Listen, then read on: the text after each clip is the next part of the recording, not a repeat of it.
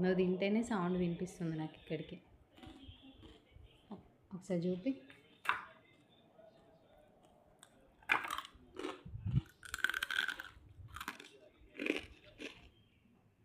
Hi friends, welcome to Guduri home. ఎలా ఉన్నారు అందరూ? నేనైతే చాలా బాగున్నాను. మీరు ఎలా ఉన్నారో కమెంట్ చేయండి. అండ్ ఇప్పుడు నేను ఒక రెసిపీ షేర్ చేయబోతున్నాను. చాలా టేస్టీగా అండ్ ఎంత ఈజీగా అంటే అంత ఈజీగా చేసేసుకోవచ్చు. పిల్లలకి లంచ్ బాక్స్లోకి, అలాగే మనకి ఈవినింగ్ స్నాక్స్లోకి, మనం టీలోకి కూడా తినడానికి చాలా టేస్టీగా ఉంటాయి. అండ్ స్నాక్ నేమ్ వచ్చేసి మురుకులు అండి. మురుకులు బియ్యం పిండితో చేసే మురుకులు. ఓన్లీ బియ్యం పిండి యూజ్ చేస్తున్నాను. బియ్యం పిండి, నువ్వులు, వాము, నూనె, ఉప్పు, కారం, అంతే అండి. ఇవే ఇంగ్రీడియంట్. చాలా టేస్టీగా వచ్చినాయి. చూసారుగా, ముందు క్లిప్ యాడ్ చేశాను. ఎంత కరకరలాడుతూ వచ్చాయంటే అంత బాగా వచ్చాయి.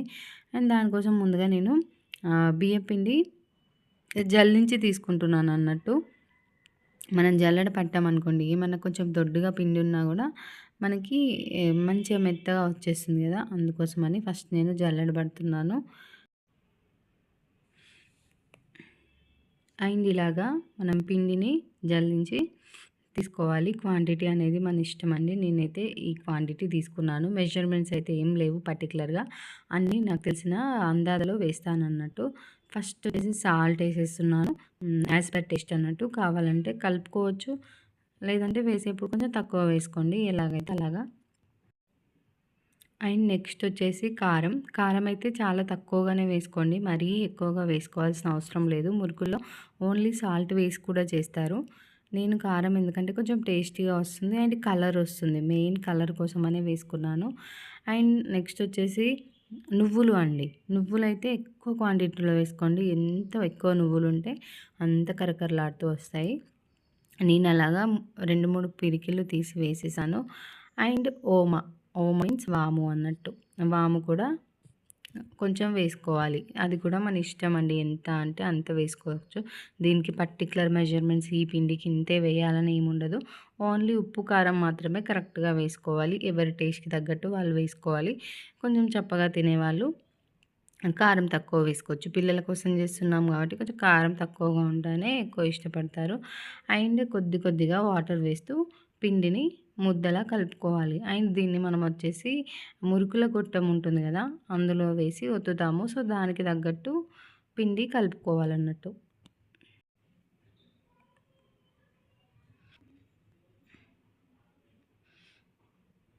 ఇలాగా పిండిలో కొద్దిగా వాటర్ వేస్తూ కలిపిస్తున్నాను. అంతా ఒకేసారి వాటర్ వేసామనుకోండి, పిండి మెత్తగా అయిపోతుంది. మళ్ళీ అప్పుడు దాన్ని మళ్ళీ సెట్ చేసుకోవాల్సి వస్తుంది. అదే చూసుకుంటూ కలుపుకున్నాం అనుకోండి, సెట్ అయిపోతుంది. పిండి వచ్చేసి కొంచెం గట్టిగా అవ్వకూడదు, మనం ఒత్తడానికి వీలుగా కొంచెం మెత్తగా ఉండాలన్నట్టు. ఎలా అంటే మనం అవి చేస్తాం కదా, కారపూస లాగా ఉండాలన్నట్టు సేమ్.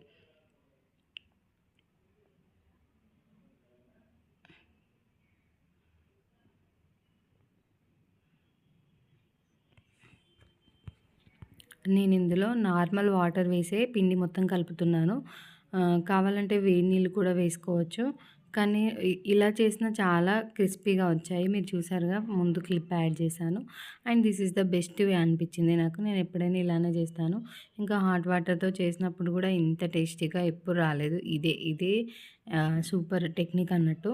కొంచెం పిండి మాత్రం ఎక్కువసేపు కలుపుకోవాలి. ఎంత ఎక్కువసేపు కలిపితే అంత బాగా వస్తాయి మురుకులు. నేను అది అబ్జర్వ్ చేశాను, అందుకే మీకు చెప్తున్నాను. ఇదే అండి టిప్. నార్మల్గా ముందుగానే వాటర్ ఎక్కువగా వేసేసి ఈజీగా కలపొద్దు. కొంచెం పిండిని మెదుపుకుంటూ కలుపుకుంటే మంచిగా వస్తాయి అన్నట్టు.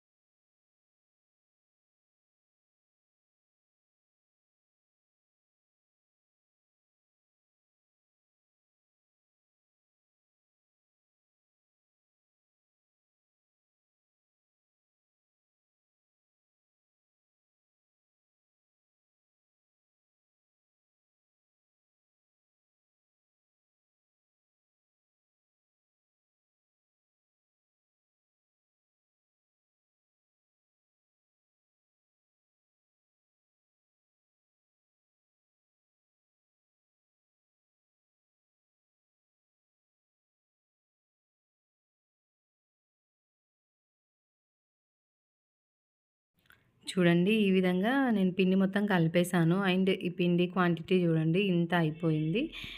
ఫాస్ట్‌గానే అయిపోతుంది. తక్కువ క్వాంటిటీ గదా! మనం చేస్తేనైతే ఊళ్ళో చేస్తేనైతే పెద్ద పెద్ద బేసన్ తట్ట నిండా చేస్తారు. నేనైతే చిన్నగా ఇంత కొంచెం చేస్తున్నాను పిల్లలకు బాక్స్‌ల కోసం అంతే. అండ్ దీనికోసం మనం ఒక కడాయి పెట్టుకోవాలి. ఆ కడాయిలో ఆయిల్ వేసుకోవాలి. అండ్ కడాయి వచ్చేసి కొంచెం వెడల్పుగా ఉండేట్టు చూసుకోండి. ఎందుకంటే మనకి ఫాస్ట్‌గా అయిపోతుంది. మనం ఎంత వెడల్పుగా ఉంటే అంతలా వెడల్పుగా మనం ఒత్తొచ్చన్నట్టు అది పిండి. సో, అది. ఇంకా ఈ మురుకుల గొట్టం ఉంటుంది గదా! దీనికి ఆయిల్ అప్లై చేసేస్తున్నాను. అండ్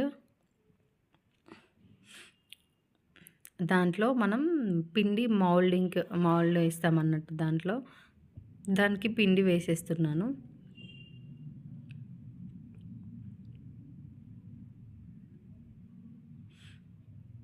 ఇదొచ్చి మురుకుల గొట్టం వచ్చేసి స్టార్ తీసుకున్నాను. కొందరు పెద్ద హోల్స్ ఉన్న కారపూస గొట్టంతో కూడా చేస్తారు.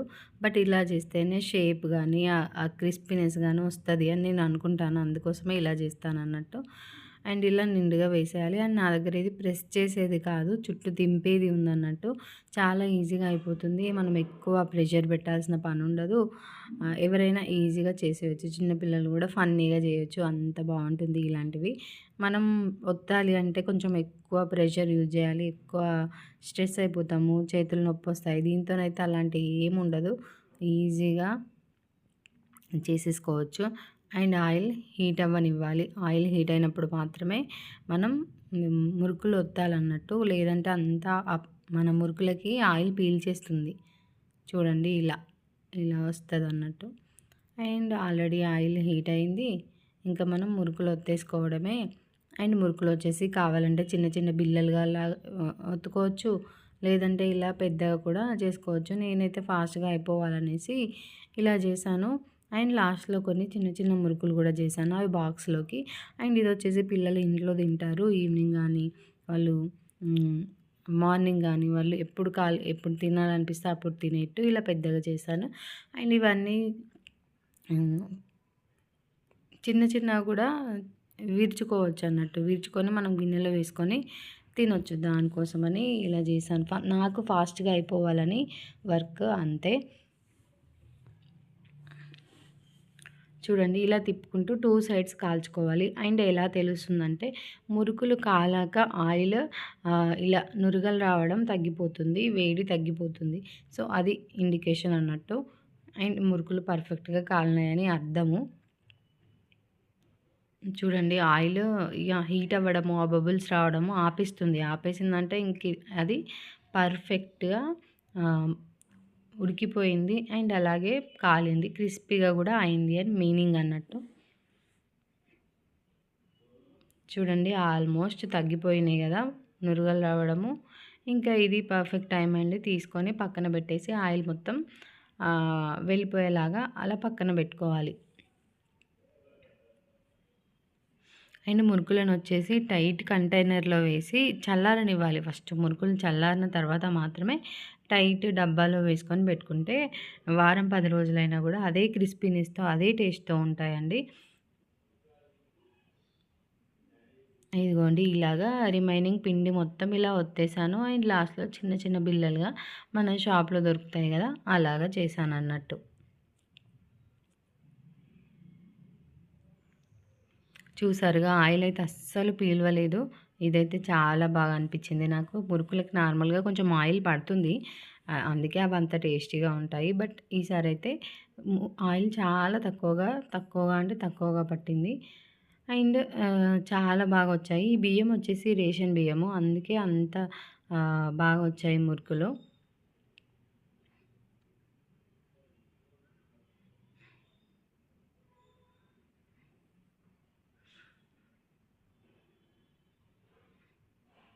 ఇవి నేను చిన్న చిన్నగా డైరెక్ట్ కంచూర్లో ఒత్తుతున్నాను.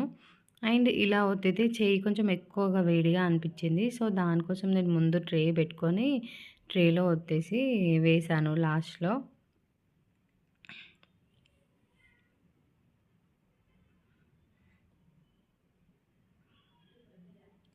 ఇదిగోండి ఇలాగ చేస్తున్నాను అన్నట్టు పెద్ద బౌల్ పెట్టేసాను. ఇంకా అవి చల్లారే వరకే అందులోనే ఉంటాయి. ఓ 1 అవర్, 2 అవర్స్ అలానే బయట పెట్టేస్తే బావుంటుంది.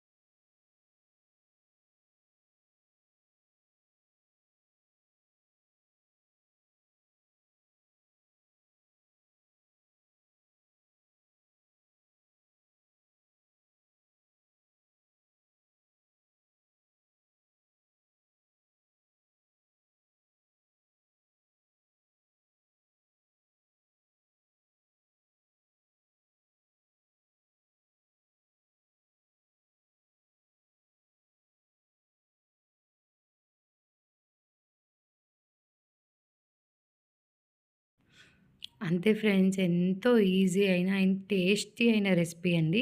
ఫాస్ట్‌గా అయిపోతుంది. ఇంగ్రీడియెంట్స్ అయితే అసలు ఈ బియ్యపిండి నార్మల్‌గా మన ఇంట్లో ఎప్పుడూ ఉంటుంది. అండ్ నువ్వులు, వాము ఇవి కూడా ఎప్పుడు అవైలబుల్. ఉప్పు, కారం కూడా ఎప్పుడు అవైలబుల్‌గా ఉంటాయి. సో, హెల్తీ స్నాక్ అలాగే టేస్టీ స్నాక్ అన్నట్టు. సో, తప్పకుండా ట్రై చేయండి. అండ్ చిన్న పిల్లలు ఉన్న వాళ్ళకైతే ఇదైతే పర్ఫెక్ట్ రెసిపీ అండి. ఎప్పుడు కావాలంటే అప్పుడు చేసేసుకోవచ్చు. చేసుకొని పెట్టుకున్నామంటే 1 వీక్ అయినా అలాగే స్టోర్ ఉంటాయి. వాళ్ళకి ఏదైనా చిప్స్ అలాంటిది ఇచ్చే బదులు ఇలాంటి హెల్తీ ఫుడ్ ఇస్తే వాళ్ళకి కూడా బావుంటుంది. మనం ఇంట్లో చేసి పెట్టామన్న సాటిస్ఫాక్షన్ మనకు కూడా ఉంటుంది. అండ్ బాక్స్‌లోకి కూడా స్నాక్స్‌లాగా కూడా పెట్టేయొచ్చు.